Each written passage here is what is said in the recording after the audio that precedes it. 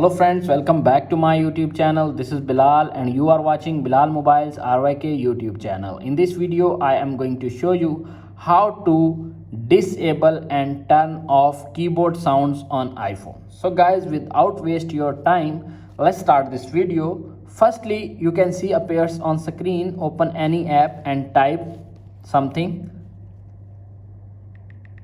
You can see, listen the sound.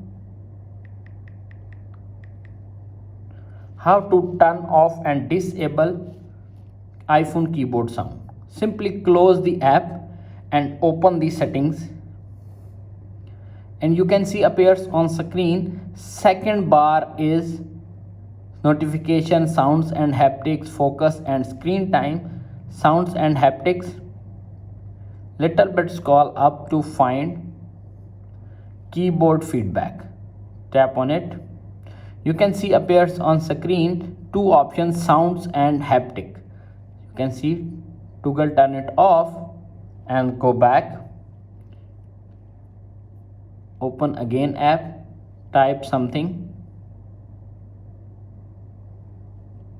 You can see disable and turn off keyboard sounds on iPhone. That's it.